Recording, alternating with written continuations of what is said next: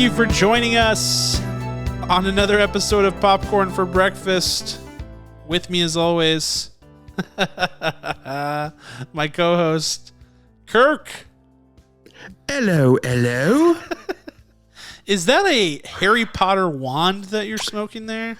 Avada Kedavra. I love it. Dual purpose. Yeah, that's good. You look like you. I don't know. You look like. Look like I just solved a murder mystery, eh? You look like somebody from that movie Tin Cup, that golf movie. I think they wear hats like that. Or wasn't there was a golf movie with Shia LaBeouf? Oh, yes. I love that you mentioned that. I actually stood in line for hours to become an extra for that film. Really? And then after, I did, me and my mom.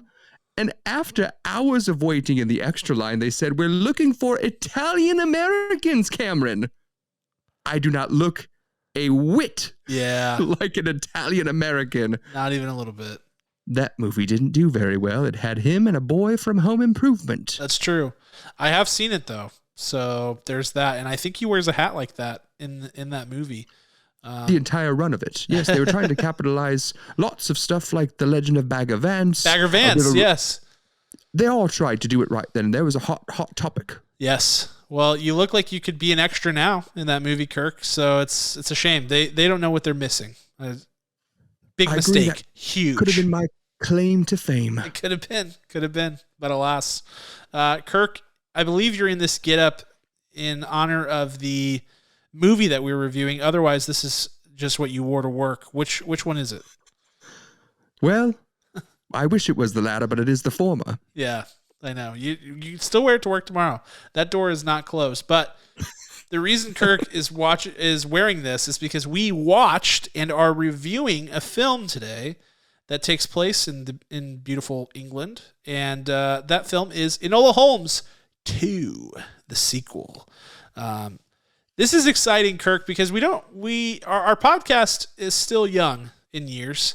And even though it feels, I mean, we have over 200 episodes, and we're amazing podcasters, very experienced now. No doubt, not to brag, but our podcast is still just a baby, and so it's not often that we get to review a film in which we have also reviewed its predecessor, its original. So we reviewed Enola Holmes back when it came out, whenever that was, 2020.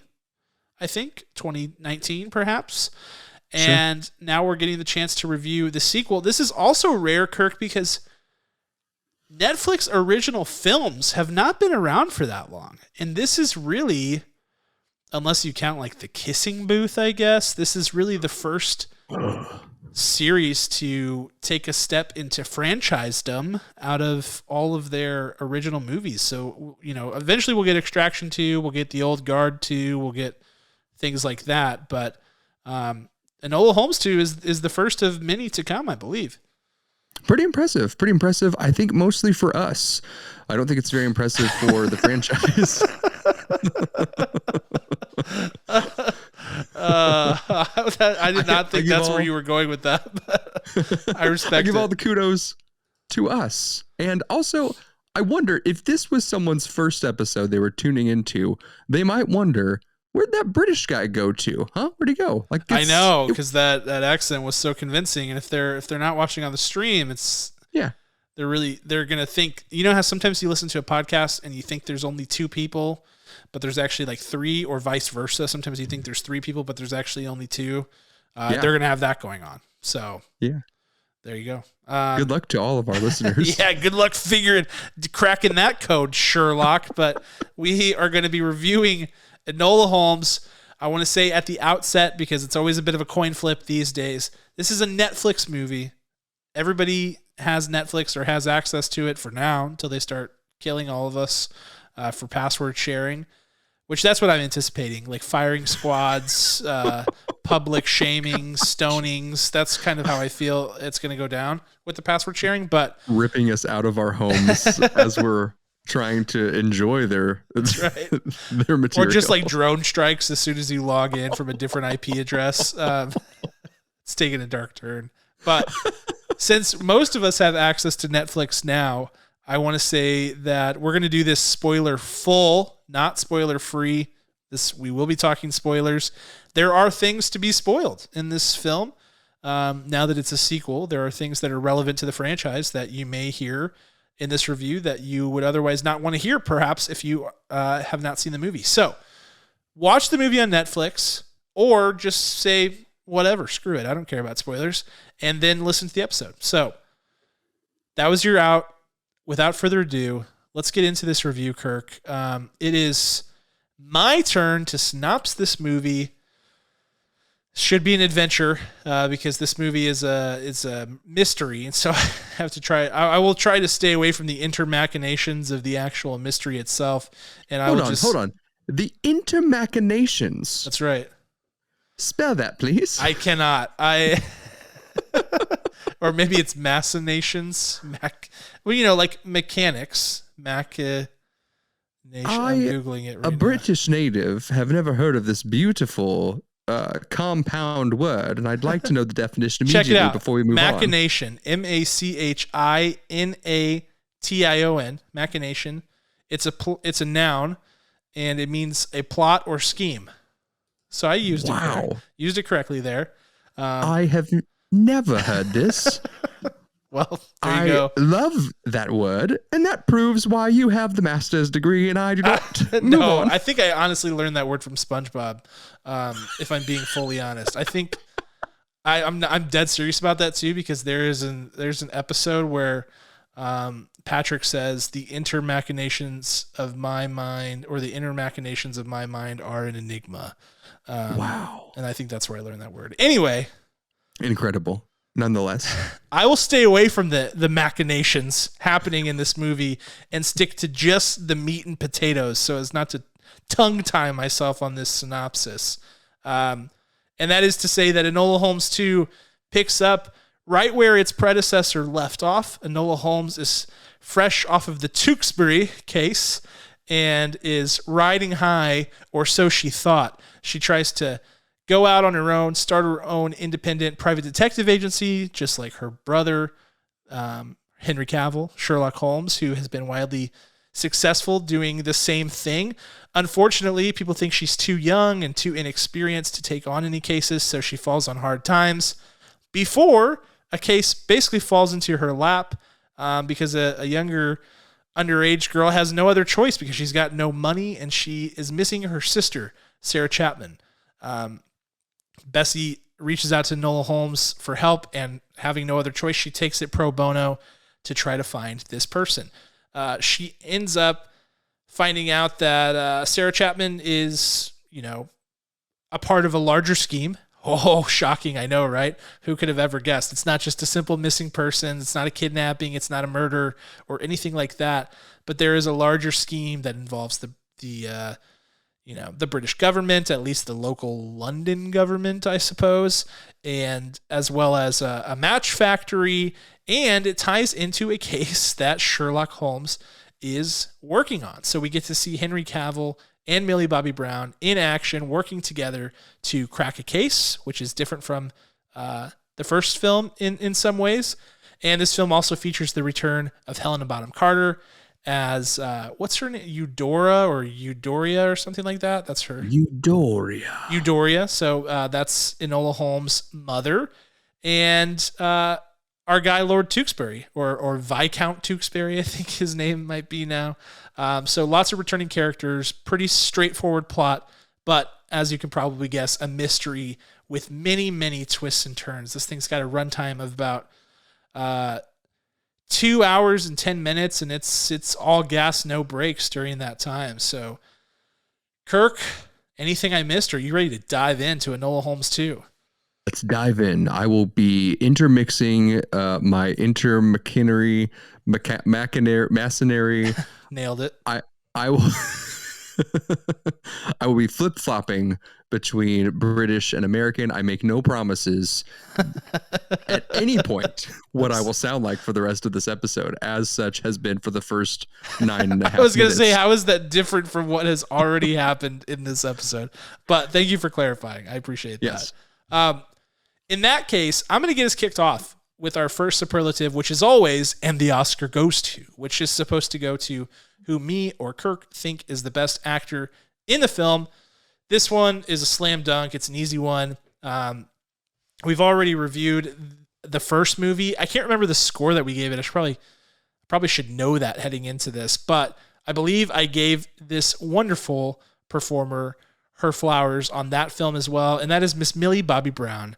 Most of you know her as Eleven in the Stranger Things series. She is blossoming into just an awesome actor. She really always has been.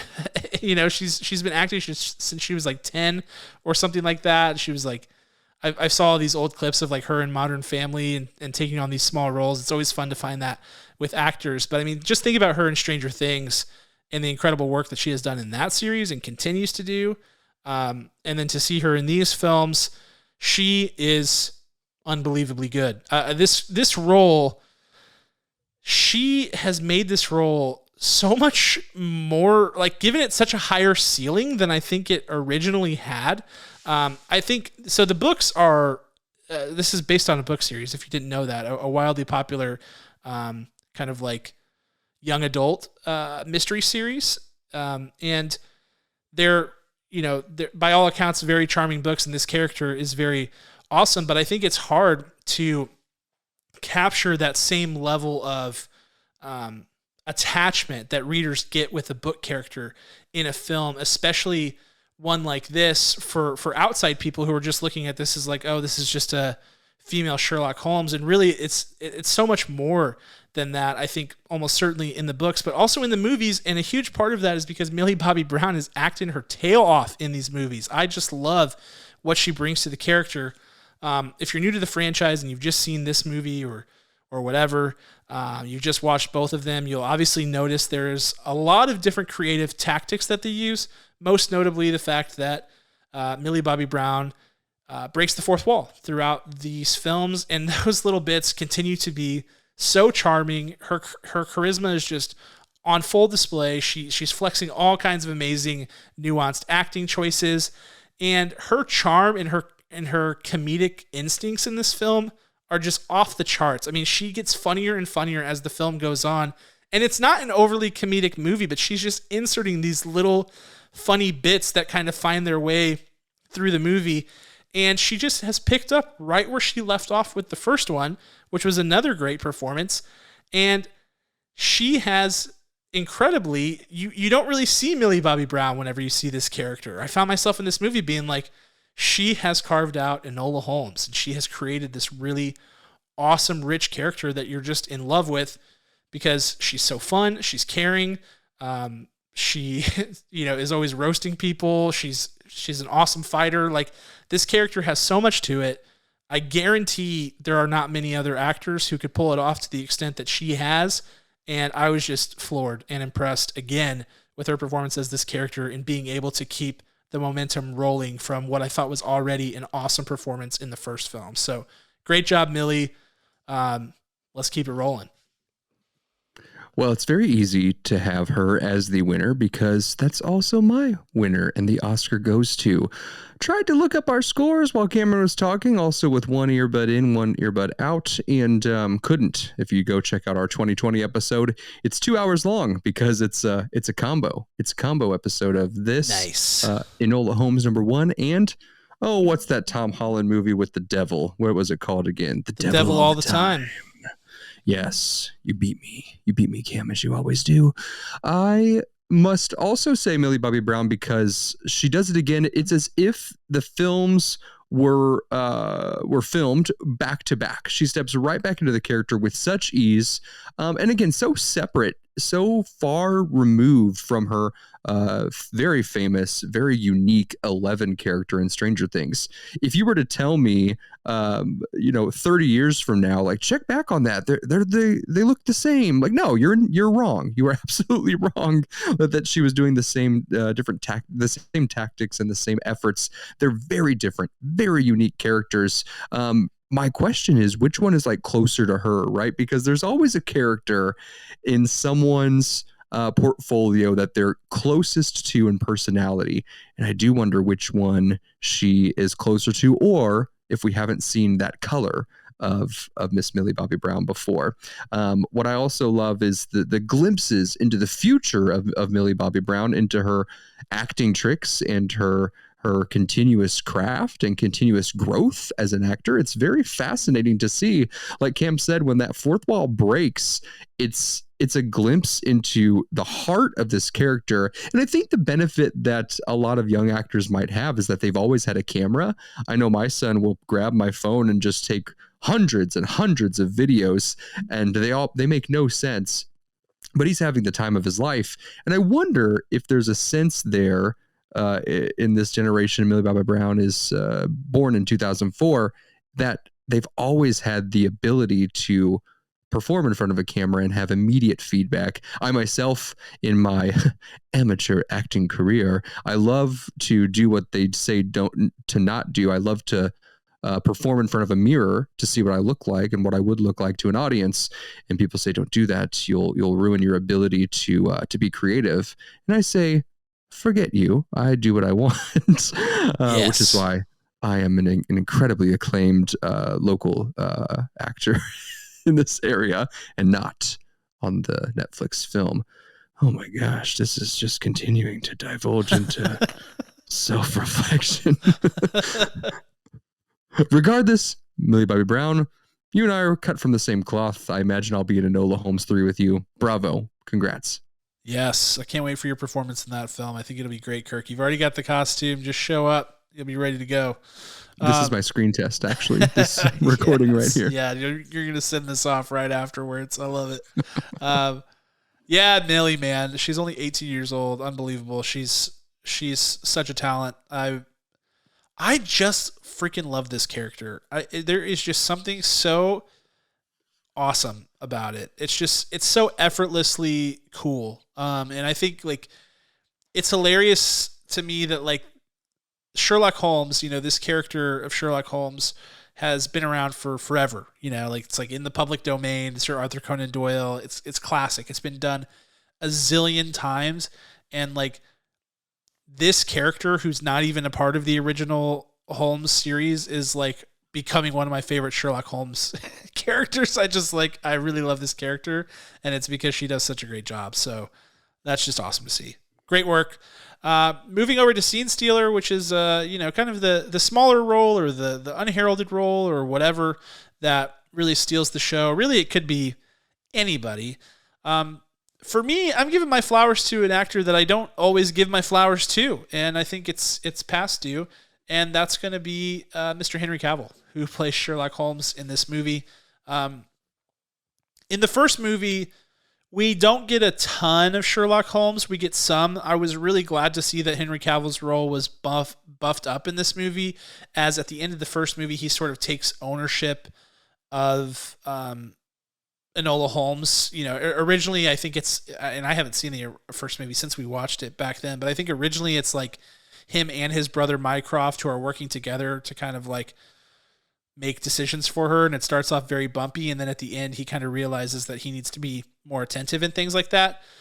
Anywho, so he is officially her guardian in this film, and I love his arc in this movie. His character arc is so well written in this movie, and he's making acting choices in the first act that pay off so well in the latter half of the movie, because at first you're like, what's going on with Sherlock? Like, why is he drinking? Why does he feel like aloof? And why does he feel detached and like he's kind of self-reflecting, or in a state of sort of, I don't know, like mental health crisis? He really does come across that way.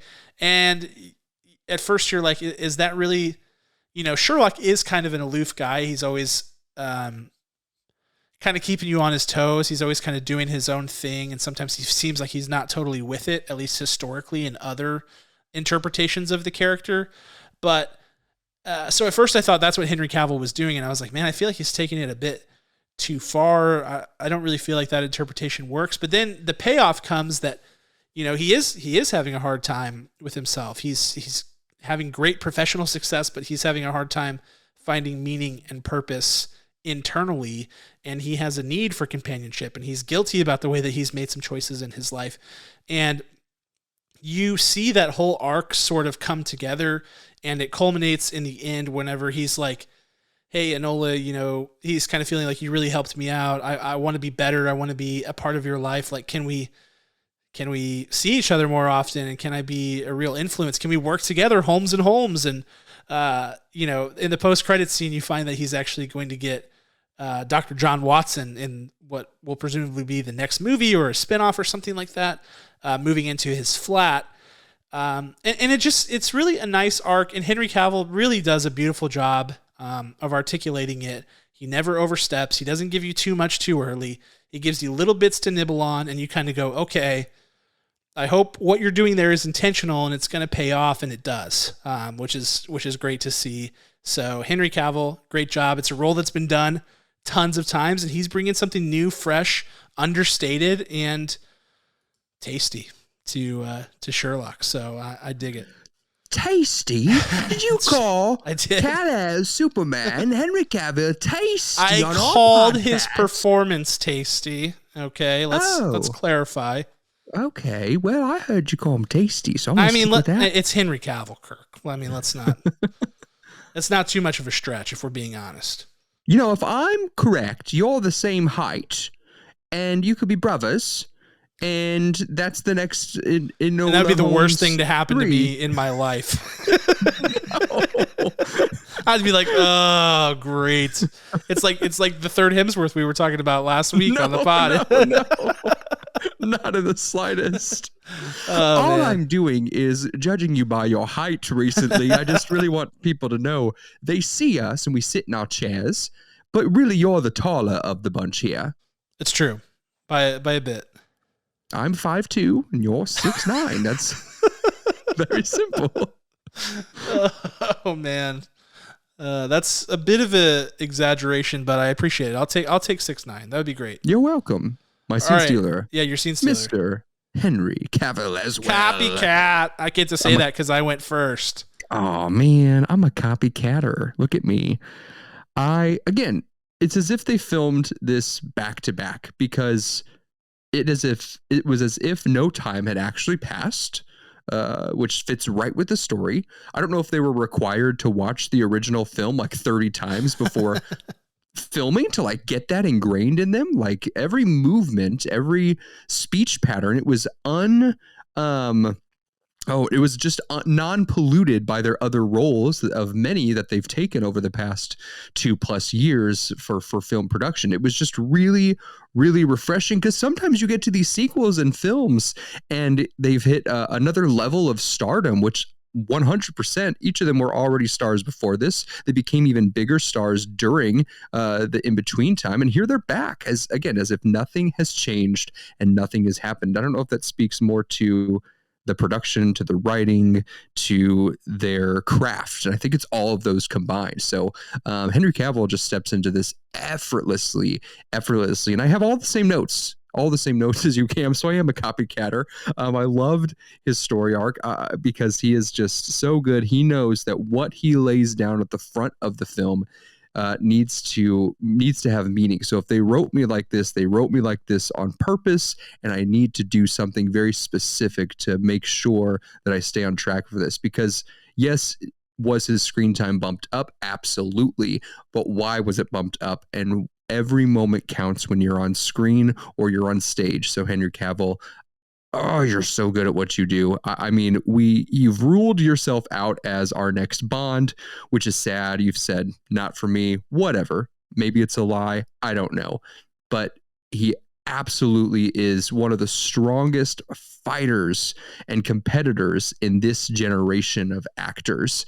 And there are 100% some stinkers in his resume that are to no fault of his own. He's trying to get a paycheck. He's trying to get known. He's making the best steps possible. And now that he's been able to prove himself, and show his growth and show his study of character and acting.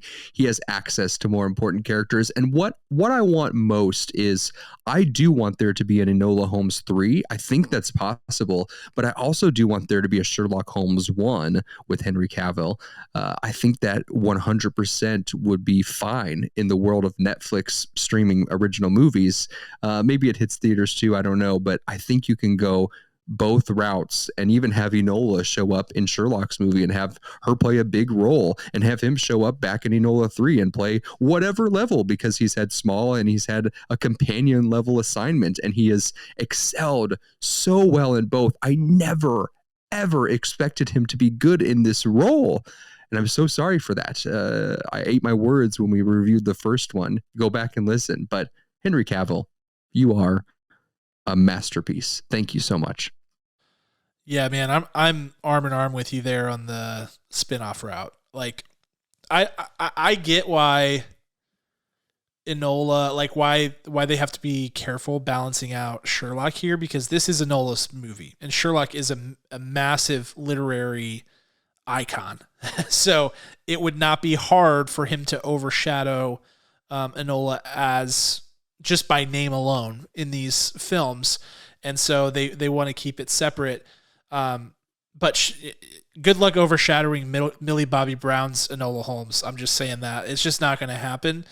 So I think you can have, the businessman in me and the franchisor mindset is, you could make a whole universe out of this. Not an MCU. I'm not going to go that far. That's insanity. But you can make 30 films later. But I mean, you can make, and you can already see it lining up, a couple more of these Enola Holmes movies with a couple spin-offs about Sherlock, a couple spin-offs about whatever, and, John Watson maybe down the line. And it really starts to make sense. And I think it could all work really well in conjunction with one another. I mean, can we please get another Hound of the Baskervilles? Like honestly, like that would be so incredible. So incredible. There are so many great Sherlock mysteries. And honestly, I was looking at the titles of the Enola Holmes books. There are 7 in that series, and I think it's still going. I don't think either of the movies are totally based on one of those plots from the books. I think they're all like partially new mysteries. I'm going based off title, so I have no idea. But there's just so much. There's so much material in this, and a good mystery is always a good time. It just does not matter. A good mystery story is always a fun time. It just never gets old. That's why people read detective fiction. That's why Agatha Christie wrote 100 zillion books. That's why Sir Arthur Conan Doyle wrote tons of Sherlock Holmes mysteries. It just doesn't get old. So they could do it, man, and I would love to see it. Which plays right into my showstopper as we get into the production side of the film and talk about the nuts and bolts of it.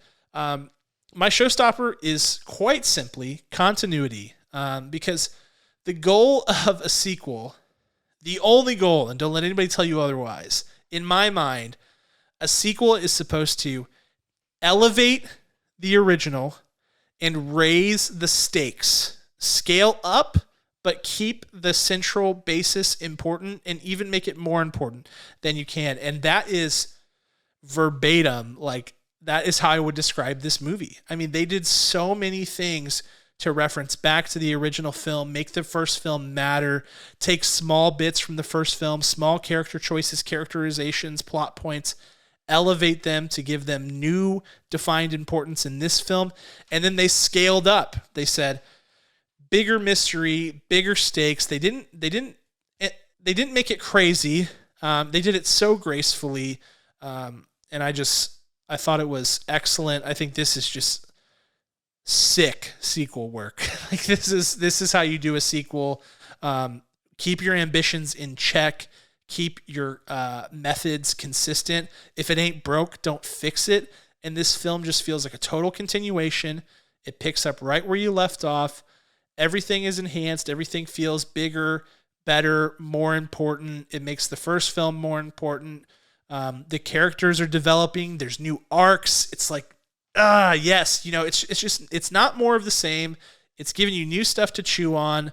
And you have to love that as a fan of film, as a fan of franchises, whatever. Like, you just have to love that because you can't ask for anything more. So to have that level of continuity, a consistent creative vision that they don't lapse from, and that they really just keep tight.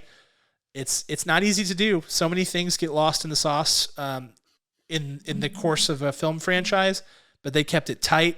They built it out exactly, stayed true to their vision, and nailed it. So continuity for the win. I thought they did an awesome job here.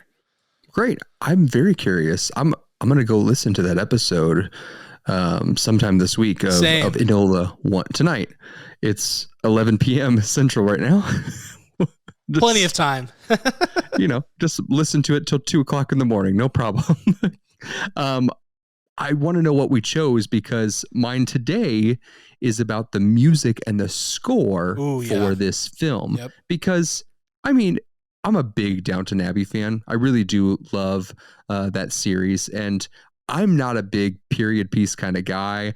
This kind of, even the world of Enola Holmes, this timeline, I'm like, meh. But this changed me. Enola Holmes 1 changed me, like, okay, they can do some pretty cool stuff, some pretty interesting things, and keep my attention and not make me focus on the weight of the parchment paper or the fanciness of my quill versus their quill. That they really do. They're focusing on storytelling. They're taking care of the surrounding, the production in age appropriateness, but they're not letting that define them. They're telling a human story in a certain time and kind of mirroring things, right? Like, oh, she's a girl, so she can't be a detective, or she's not as good of a detective as Sherlock, as that's the narrative that's one of the themes that plays out, and she has to continuously fight against that. So what I love about this is that even the music that Downton sucked me back into this kind of world and this timeline, this period. And there's moments where I swear to you, I think that Robert and Mary and Matthew are going to come down the stairs of the giant castle. It's just that good. And then they pivot to a different note and a different key, and then all of a sudden we're running down an alley and Enola's kicking people in the face and climbing up fire escapes and falling in through pictures, and it's really, really compelling. Like, they have so many exciting runs and melodies, and they also have so many unique character themes. Like, everyone really has their own assigned theme, and you don't really understand it until the plot slows down a little bit to let you catch your breath, and you're like, wait a second, this sounds familiar. And then the next time it gets played, you're like, that is their specific theme. Well done. It's really, really quite masterfully done. I don't know who did the score. I'm not someone who gets like really focused and in the weeds on music. So when I do, it's a big win. And I thought it was just an extravagant and exceptional score to keep our attention to the storyline, to keep the pace of the story, and to add a whole incredible dynamic, which is exactly what music should do to a movie, to enhance the storytelling by reminding you of where the characters' feelings are, whether they're feeling melancholy or whether they are in danger. And that was in step every moment of this film. Love it. I always love when you choose the music, Kirk, because that's something that I always listen for. I love a good score more than probably most. Music can make or break a film, and people don't think that, but it's true. Like, a good score can elevate a movie into a different stratosphere. A bad score can take a good movie and make it feel flat. It's so critically important to how a film works, and people don't think about it. Daniel Pemberton is the composer, by the way, on this film, Kirk, and you would recognize a lot of his work because he works with Aaron Sorkin on just about everything that guy does. Trial of the Chicago 7, Being the Ricardos, most recently. So lots of good stuff in his resume, and I totally agree. Great score here. Really, really good job. All right, let's move over to director's shoes and talk about what we would change. I have one. I feel like I have one. It's slightly nitpicky, and I almost understand it. Here's me qualifying it before I actually tell you what it is. And that's at times there is a lack of trust in the audience. And when I say I think I understand that, it's because they know that the books are targeted towards young adults, and these movies are rated PG-13, and as such are also targeted towards young adults to a certain extent. And so I think there is a bit of hand-holding that goes on intentionally to make sure that nobody is getting lost on the ride. And with that comes a bit of, you could say unnecessary moments in the film where they have to, kind of constantly remind you and take you along like, oh, remember we're referencing this, we're flashing back to this, we're flashing back to that. And I have never seen anything Sherlock related, whether it be the popular BBC show with Benedict Cumberbatch or the Robert Downey Jr., Jude Law series with Guy Ritchie. I have never seen any Sherlock Holmes media in which flashbacks are not utilized. So in no way am I saying that it shouldn't be utilized. It's just that there were many times where they used the flashback in an area where I thought, okay, that was pretty straightforward. We're tracking, or at least, I felt like most adults would be like totally tracking with what was happening, what they were alluding to, etc. So at times it felt excessive, but again, it's like, I call it nitpicky because would a 14-year-old be following everything tightly? Maybe not, and so you do have to take that into account. I know that it's, it's weird when you start to think about movies that way, but it's true. Like movies are made for a certain group of people. These movies are certainly not solely targeted towards adults who enjoy lots of mystery things. That's part of their audience, but I think their core audience is, young men and women who watch, who want to watch a mystery that feels like an adult film and is actually, for their age group. So I give them credit for that, but I also do feel like at times it's like, okay, let's get on with it. At times it takes a little bit of air out of the momentum to backtrack and look at something that we already all were kind of tracking with. So that's me as the old man, get off my lawn, curmudgeon director shoes there. But I did feel like at times it took away from moments that were well paced and really sharp and kind of slowed them down unnecessarily. Knit. Picky, right? Picky. I have more. It's my turn for the director's shoes. I would like a hat that says director shoes that each of us put on whenever we go through this segment, with a little tiny pair of shoes right at the end of it on the logo. Love it. I think that's necessary. I think that I have a few more problems than Cam does. I think there are the webs of villains don't always. They're a little forced. There's not a real true path to the villain because it's like, well, this guy's involved with this guy and this guy's involved with this guy. And Moriarty, oh, it's this lady who's been here the whole time.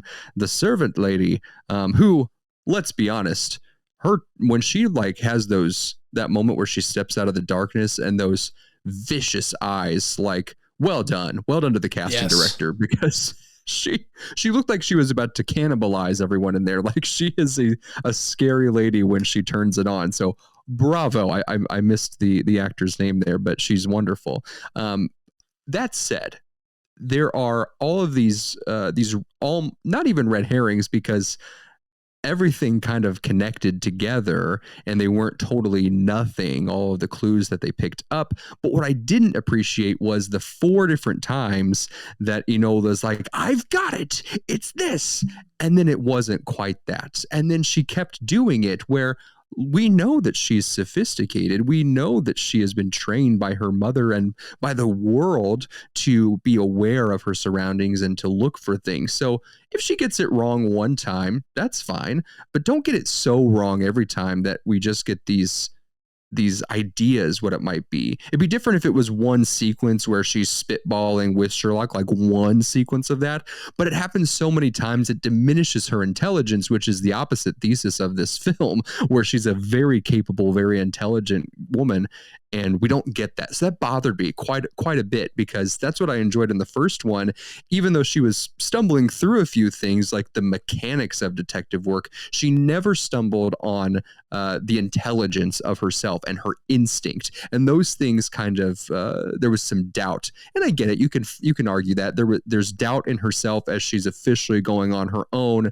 But to the extent that it went to, I just wasn't a fan. And because of that, because of how the villains were set up, the climax of this film, it quite literally leads to inconsequential destruction of evidence in front of 5 to 6 different people, 2 of which are actual, licensed or claimed detectives, both the Holmes siblings here. So why is that just allowed? Even though your boy is part of Scotland Yard, these other people have been allowed to be detectives and find the truth out. Like that part, it felt a little Age of Ultron-ish, where we're just connecting the dots towards, all right, Moriarty is the next big villain. We'll see her in the next film, and we've got the superintendent and the whatever the McIntyre, as his title is. We'll see them soon. And Tewksbury is out here, and he's maybe mostly good, but there's a little bit of sketchiness behind him. Is he going to be corrupted by power or caught up in a scandal by accident? Like, there's all these different threads. They have to lay them out so they can unravel and pull them, quite literally. But it was messier. This one was messier for me altogether. The first one was so succinct, and this one, it's as if they storyboarded everything and they said, we have to have these 6 elements, make sure they're all there, make sure they all connect, and make sure there's twists and turns. And when they executed those twists and turns, they did so at the what's the word I'm looking for? In a way that negatively, what is it? Detriment? The detriment, thank you. The detriment of Enola Holmes' core characteristics. And that's painful. It was painful for me, because it's a great character and Millie Bobby Brown has built it well and the writer has written her well. So I'll take my director's hat off now and put on my British cap and go back to being Kirk Holmes III.